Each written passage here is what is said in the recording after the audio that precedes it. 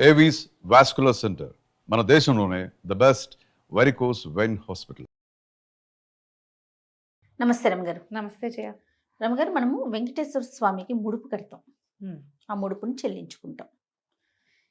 ఏ ఏ సందర్భాల్లో, అంటే పలానా సందర్భంలో స్వామివారికి ముడుపు కట్టాలి అని అట్లా ఏదన్నా ఒక చెప్పడం జరిగిందా రమగారు? లేకపోతే మనకు వచ్చిన సమస్యను బట్టే ముడుపు కడతామా? అంతే జయ. అది ఇవి అలవాట్లు, పద్ధతులు కొన్ని కొన్ని ఊళ్ళల్లో, కొన్ని కొన్ని ఇళ్లల్లో ముందు రోజుల నుంచి వచ్చినవి. అవి కూడా ఏంటంటే, ఏదైనా ఒక పని మొదలు పెట్టేటప్పుడు అది సక్రమంగా అవ్వాలి, అయ్యాక వస్తామని, అవుతుండగా వస్తామని, దానికోసం నిన్నిప్పుడే మా ఇంట్లో ప్రతిష్ఠించుకుంటున్నాం, నీ కోసమని పక్కన పెట్టాం అని స్వామికి చెప్పుకోవటం. మన భక్తి, మన విశ్వాసాన్ని ప్రదర్శన. ముడుపంటే అదే. మన భక్తి తాత్పర్యాలు ఏవైతే మన లోపల ఉన్నాయో స్వామి పట్ల అది ప్రకటించుకోవటం. ఓకే. ఏమేమి కడతారు జనరల్గా ముడుపులు? ముడుపు ఎప్పుడు కడతాం? పిల్లలు పెళ్ళిళ్ళు కావట్లేదు, ఎవరైనా పెద్దవాళ్ళు వెంకటేశ్వర స్వామికి ముడుపు కట్టు, పెళ్ళయ్యాక పిల్లలతో పాటు తీసుకొస్తానని, పిల్లల్ని తీసుకొచ్చి చూపిస్తానని అంటారు. అప్పుడు ఏం చేస్తాం? మా పిల్లాడి పెళ్లి కావాలని ఓ శనివారం నాడో, ఓ శ్రావణ నక్షత్రం నాడో ఇలా కట్టుకోవచ్చు ముడుపు. శనివారాలు స్వామికి దండం పెట్టుకుని దీపారాధన చేసుకుని, కుదిరితే పిండి దీపారాధన చేసి, పిండి దీపారాధన అంటే ఏం చేస్తారు? బెల్లం చలిమిడి చేసి, బెల్లము, బియ్యపిండి, కొంచెం నెయ్యి వేసి గ్రైండ్ చేసినా దంచినా చక్కగా ముద్ద అవుతుంది. కొంతమంది పంచదార చలిమిడి చేస్తారు, ప్రాంతాన్ని బట్టి మారుతుంది. ఓకే. ఈ చలిమిడిని దీప ప్రమిదలాగా చేసి దాంట్లో ఆవు నెయ్యి వేసి ఒత్తేసి స్వామికి దీపారాధన చేసుకుంటాం. ఓ 2 పువ్వులు సమర్పిస్తాం, 2 తులసి దళాలు సమర్పించి, ఏదైనా వెంకటేశ్వర కరావలంబమో, వెంకటేశ్వర వజ్రకవచమో చదువు, లేకపోతే ఉన్నాయి కదా ప్రపత్తి, సుప్రభాతము, ప్రపత్తి, మంగళాశాసనం, ఇవి చదువుకుని ఓ కొబ్బరికాయ కొట్టి కాస్త వడపప్పు, పానకం నివేదన పెట్టి దీపం వెలిగిస్తాం. ఈ చలిమిడి పిండి దీపారాధన చేసామనుకో, ఆ చలిమిడిని ప్రసాదంగా తీసుకున్నాం. దీపం కొండెక్కిపోయాక దాన్ని ప్రసాదంగా తీసుకోవాలి. దాని మీద బొట్లు పెట్టి పసుపు రాసి చేయకూడదు. మేము అట్లా కాదు, అసలు దాన్ని ప్రసాదంగా స్వీకరించము. నివేదన అయ్యాక ఏం చేస్తావో చెప్పు. దీపం పెట్టావు, ఆ పిండిని బయటపడేసే పద్ధతి అయితే నాకు తెలియదు జయ. ఇటీవల ఎవరో నాకు ఒక వీడియో పంపారు, పిండి దీపారాధన ఎట్లా చేయాలని. పిండి దీపం పెట్టి, తెల్లటి దీపం, పిండి దీపం, బియ్యపిండిది, దానికి చక్కగా పసుపు రాసి పెట్టి అందంగా అలంకారం చేసి పెట్టారు. చూడ్డానికి బాగుంది. నువ్వు దాన్ని ప్రసాదంగా తీసుకోవాలంటే దాని మీద బియ్యపిండి, పసుపు, కుంకుమ పెట్టింది ఎట్లా ప్రసాదంగా తీసుకుంటావు? పసుపు కుంకుమ తీసుకోలేకపోతాం కదా. పిండి దీపారాధన చేస్తే ఆ దీపాన్ని కొండెక్కిన తర్వాత ఎక్కడైనా కొడిగట్టి నల్లగా ఉంటే ఆ నల్లటి భాగాన్ని తీసి తులసి చెట్లు వేసి మిగిలిన ప్రమిదని ప్రసాదంగా పుచ్చుకోవటం విధానము. ఓకే. కాదు మా ఇంట్లో ఇలాగే చేస్తారంటే మీ ఇష్టం, ఎవరైనా ఇంతే చేయాలి. చేసి అప్పుడు ఒక గుడ్డ తెల్లటి బట్టని, వస్త్రాన్ని పసుపు నీళ్ళల్లో ముంచి ఆరేసుకుని, పంచముక్కలు కొత్తవి, వాడినవి ముడుపులు కట్టుకోకండి. చిన్నంత ముక్క ఉంటే చాలు. దాంట్లో మన శక్తి అనుసారం ఓ 101 రూపాయో, ఓ 11 రూపాయలు, ఒక 21 రూపాయలు, 11, 21, 101 వేయచ్చు.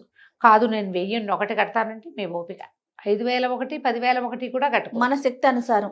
అందులో పెట్టి కాసిన అక్షంతలు అందులో వేసి ఓ తులసి దళం పెట్టి దాన్నే స్వామివారిగా భావించి అది మూడేసేసి లోపల ఎక్కడైనా పెట్టుకోవటం. ఒకటే ముడి లెక్క ఉందా? ఇటు 4 ఇదిగా ఉంది కదా, 4 పలకల గుడ్డ కదా అది. ఇటు నుంచి ఇటు ఒక మూడేస్తాం, పైనుంచి 2 మూడేస్తాం. టైట్గా మూడేసుకోండి. ఆ ముడి ఊడిపోకుండా 2 ముళ్ళు, దాని ముందు 2 ముళ్ళు, పైన 2 ముళ్ళు కూడా వేయచ్చు. దీన్ని ఒక చిన్న మూటలా చేసి దాన్ని దేవుడి మందిరంలో ఓ పక్కన పెట్టుకోండి. దానికి రోజు పూజించవలసిన పని లేదు, దాన్ని పక్కన పెట్టుకోవటమే. పెట్టుకుని మీరు ఏనాడైతే మనం మొక్కు తీర్చుకుందాం, మన పని అయ్యిందని భావించిన వివాహాలు, పిల్లలకి ఏదైనా అనారోగ్యం వచ్చింది సడన్గా, ఇవి ఒకటి మొదటిది వివాహం కదా, వరుసగా చెప్పుకుందాం. వివాహాల కోసం ముడుపు కట్టచ్చు, పిల్లల చదువుల కోసం ముడుపు కట్టచ్చు, పిల్లల అనారోగ్యాలు, అప్పుడు ఏదైనా జబ్బు చేసింది, పెద్దవాళ్ళకి అనారోగ్యాలు వచ్చినాయి, వ్యాపారాల కోసం ముడుపు కట్టచ్చు. ఎక్కడా మొదలవటం లేదు, లేదా మొదలైంది ఎట్టా నడుస్తుందో తెలీదు, ముడుపు కట్టి పక్కన పెట్టుకోవచ్చు. ఏదైనా ప్రమాదం సంభవించినప్పుడు, కోలుకోలేని పరిస్థితి వస్తే ముడుపు కడతాం. కాలినడకన వస్తాం. దానికి ఇంకా మొక్కులు అమెండ్మెంట్లు ఇంకేం చేసుకుంటాం, కాలినడకన కొండెక్కటం. అలిపిరి వైపు ఎక్కుతావో శ్రీవారి మెట్టు మీద ఎక్కుతావో నీ ఓపిక. కాలినడకన రావటం, తలనీలాలు ఇవ్వటం. అక్కడి నుంచి ఆ శరీర అవయవాలు అక్కడ మనకు దొరుకుతూ ఉంటాయి, తిరుపతిలో కనపడుతూ ఉంటాయి కదా, అవయవాలు కొని వేయటం. ఏ భాగానికి ఇబ్బంది వచ్చిందో ఆ భాగం కొని వేయటం. సర్వావయవాలు వేసుకునే వాళ్ళు కూడా ఉంటారు. ఇల్లు కట్టడం కోసం, ఏదైనా ఇల్లు వాకిల్లు కట్టడం కోసం, ఎప్పటికీ ఇల్లు ఏర్పడలేదు అని అప్పుడు ముడుపు కట్టి ఇల్లు కట్టుకున్నాక తీసుకెళ్ళి వేయటం. వీటన్నిటి కోసం వీటితో పాటుగా ఇంకా ఏమి ఇస్తారు, ఏదైనా సడన్ ప్రాబ్లం వస్తే ఇది ఇస్తాం, నిలువు దోపిడి. స్త్రీలు పురుషులు కూడా చేయొచ్చు నిలువు దోపిడి. ఎప్పుడు ఇస్తాం నిలువు దోపిడి? ఊరికే ఏదో వ్యాపారానికో పెళ్ళికో వాటికో నిలువు దోపిడీలు మొక్కం. ప్రాణాపాయ స్థితి వస్తే, ఇంకో దారి లేనప్పుడు, ఏం చేయాలో తెలియనప్పుడు నిలువు దోపిడీ కూడా మొక్కుకుంటారు. ఓకే. నిలువు దోపిడీ కూడా ఏదైనా ఒంటి మించి ఒక వస్తువు తీసి మేము నిలువు దోపిడీ ఇస్తామని ఆ వస్తువుని కూడా ముడుపులో వేసేసేయచ్చు. ఉంగరం వేయదలుచుకున్నాం, ఉంగరం అందులో వేసి మూట కట్టి పెట్టి పక్కన, ఈ రోజు నుంచి ఈ వస్తువు నీది. ఒంటి మించి అన్ని వస్తువులు తీయకపోయినా ఒక వస్తువు తీసి ముడుపు కట్టి ఏనాడు వెళ్తామో అప్పుడు మిగిలిన వస్తువులన్నీ అక్కడ సమర్పించుకోవచ్చు. ఇలా చేయొచ్చు.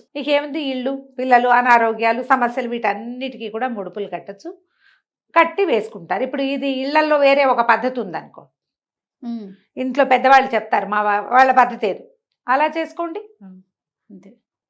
ముడుపు కట్టి పక్కన పెట్టుకోవడం, సమర్పించడం. సాధారణంగా తిరుపతికి ముడుపులు ఉంటాయి. పిల్లలకి తల వెంట్రుకలు ఇవ్వాలనుకుంటామా మనం, ఏడాది లోపల ఇవ్వదలుచుకున్నాం అనుకో, కానీ మనకు వెళ్ళటం కుదిరేలాగా లేదు. ఇప్పుడు అవకాశాలు ఉన్నాయి జయ. పాతకాలంలో ఏముండేది కాదు కదా, కుదిరేది కాదు. 4 కుదరాలి, డబ్బు కుదరాలి, ప్రయాణ సన్నాహం కుదరాలి, ఇంట్లో పెద్దవాళ్ళందరూ కలిసి రావాలి, యాత్రలకు వెళ్ళడం సులువు కాదు. ఇప్పుడే ఉంది, మనం ఎప్పుడు కావాలంటే అప్పుడు చిటుకని బుక్ చేసుకుని వెళ్ళిపోతున్నాం. అవును. ఇది వరకు కుదిరేది కాదు. అప్పుడు ఏం చేసేవాళ్ళు, ఏడాది లోపల మనం వెళ్ళడం అవ్వలేదు, ఈ లోపల తల్లి గర్భవతి అయింది మళ్ళీ, అప్పుడు జుట్టు తీయరు కదా, అప్పుడు ఏం చేసేవాళ్ళు, ఆ తల వెంట్రుకలు తీయించేసి అన్న కొద్దిపాటి వెంట్రుకల్ని మూట కట్టి పక్కన పెట్టేవాళ్ళు. జుట్టంతా మూట కట్టే చోట వీళ్ళని కూడా చూశాను నేను. అప్పుడు ఒక 100, 101 రూపాయి వేసి, ఇందాక ముందు చెప్పినట్టుగా అక్షంతలు వేసి, ఈ హెయిర్ పెట్టేసి అందులో ముడుపు కట్టి దాన్ని పూజా మందిరంలో పెట్టేవాళ్ళు మాత్రం కాదు, దాన్ని విడిగా భద్రపరచుకునేవాళ్ళు.